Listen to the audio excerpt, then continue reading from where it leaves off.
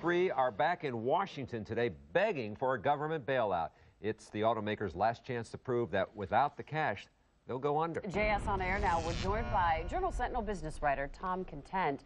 So, Tom, if the big three are not successful, what is that going to mean for local dealers?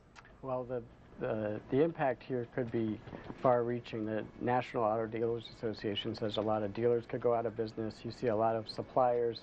Not some of the large suppliers around here are maybe stronger, like Johnson Controls, that could withstand if one of the companies were to go out of business because they're not as reliant on that. But a lot of the smaller companies, smaller suppliers that kind of feed into the Detroit companies, they would really be threatened by if one of these were to go out of business. And Tom, we know here in Wisconsin we are somewhat of an auto state. We're seeing big changes in Janesville with GM pulling out of there, but Kenosha has a very active, several hundred jobs down there in Kenosha. What's the potential impact if there is a bailout or if they file for bankruptcy?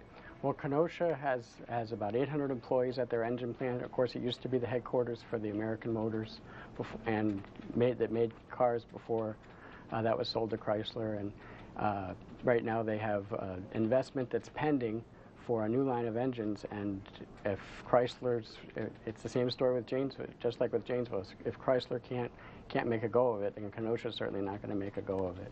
I was talking to an automotive analyst today, and I said, well, what do they have to do differently to really get Congress's attention? And he said, well, they have to be a lot more humble than they were last month, for starters. And they seem to have gotten the message. Ford and GM both announced today they're selling off their corporate jets. They both got criticized heavily last month when CEOs flew in on the corporate jets. And the plans that they're detailing just today are emphasizing green cars, more fuel-efficient cars, and that they plan to invest heavily in hybrids if they get this money. Yeah, Congress said they would need a plan, so it looks like they're starting to formulate that, the automakers at least. Thank you so much, Tom. Thank you. And you can read more about it at jsonline.com. We have a link on our website, today's TMJ4.com. Coming up